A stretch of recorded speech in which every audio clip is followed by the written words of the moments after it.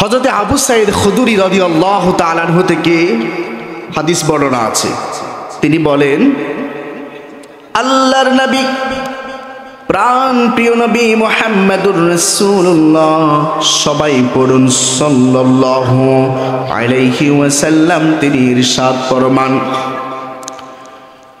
বনি আদমকে, আদম সন্তানকে শয়তান স্পর্শ করে, আবার ফেরেশতাও স্পর্শ করে, তবে দুটো স্পর্শ কিন্তু সমান নয়, দুটো স্পর্শ দুই দিকে নিয়ে যাবে।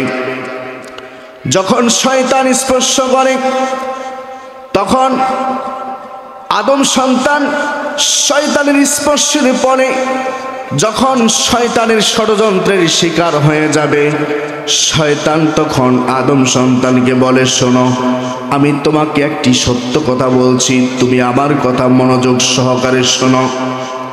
তা হচ্ছে, তুমি কোনো কথা বিশ্বাস করবে না। তোমার কাছে যখন কোরআনের কথা বলা হবে, তোমার কাছে যখন রাসূলের কথা বলা হবে, তোমার কাছে এগুলো শুনতে মজা লাগবে, কিন্তু তুমি এগুলো মন প্রাণ দিয়ে শুনবে না। যদি এগুলো তুমি মন প্রাণ দিয়ে শুনো, তাহলে তুমি জান্নাতে যেতে তোমার সময় লাগবে। আমি তোমাকে শর্টকাট এমন কিছু নির্দেশনা দেব, এমন কিছু তোমাকে শিখিয়ে দেব, যার ফলে তুমি অতি তাড়াতাড়ি জান্নাত পেয়ে যাইবা।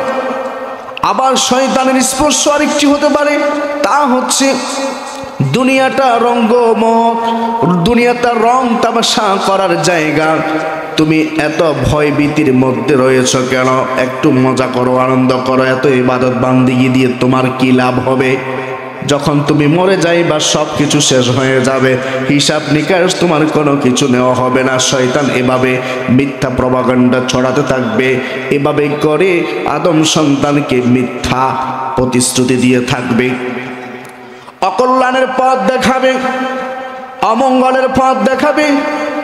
আল্লাহর নবী রাসূল করিম সাল্লাল্লাহু আলাইহি ওয়াসাল্লামের ইরশাদ ফরমান, সে অকল্যাণ, অমঙ্গল যে পথগুলো শয়তান স্পর্শ করার পর দেখাবে, সে অকল্যাণগুলো ওই আদম সন্তানকে জাহান্নামের দিকে নিয়ে যাবে। নাউজুবিল্লাহ বলেন। সে অকল্যাণ, অমঙ্গলগুলো জাহান্নামের দিকে নিয়ে যাবে। আর যখন রাসূল করিম সাল্লাল্লাহু আলাইহি সাল্লাম ঘোষণা করেন, আর যখন ফেরেশতা আদম সন্তানকে স্পর্শ করবে, ওই স্পর্শ করার পরে রহমতের ফেরেশতারা বলবে, তুমি কল্যাণের পথে চলো, সত্য পথে চলো, মিথ্যা পথে চলো না, মিথ্যা কথা বলো না। মিথ্যার পথে তুমি চললে নষ্ট হয়ে যাবে, ধ্বংস হয়ে যাবে, পথভ্রষ্ট হয়ে যাবে। সত্য পথে চলো, সত্য ন্যায়ের কথা বলো, কোরআন হাদিসের কথা শোনো। কোরআন হাদিসের কথা শুনলে তোমার জেহেনের ভিতরে কোরআন হাদিস সব কিছু তোমার আকলের মধ্যে প্রবেশ করবে। আর এই কোরআন হাদিস যখন তোমার ভিতরে প্রবেশ করবে, কোরআন হাদিস অনুযায়ী তুমি ইমানকে চাঙ্গা করতে পারবে। ইমান চাঙ্গা হয়ে গেলে তোমার আমল সুন্দর হয়ে যাবে। ইমান আর আমল নিয়ে তুমি জান্নাতে যাওয়া তোমার জন্য সহজ হয়ে যাবে। বলি সুবহানাল্লাহ। ফেরেশতা যখন বনি আদমকে স্পর্শ করবে, ওই স্পর্শ করার সাথে সাথে আল্লাহর ওই গোলামগুলো কল্যাণের দিকেই ছুটতে থাকবে, মঙ্গলের পথেই চলবে। সেই কল্যাণ ও মঙ্গল আল্লাহর এই গোলামকে সরাসরি জান্নাতের দিকে নিয়ে যাবে। সুবহানাল্লাহ।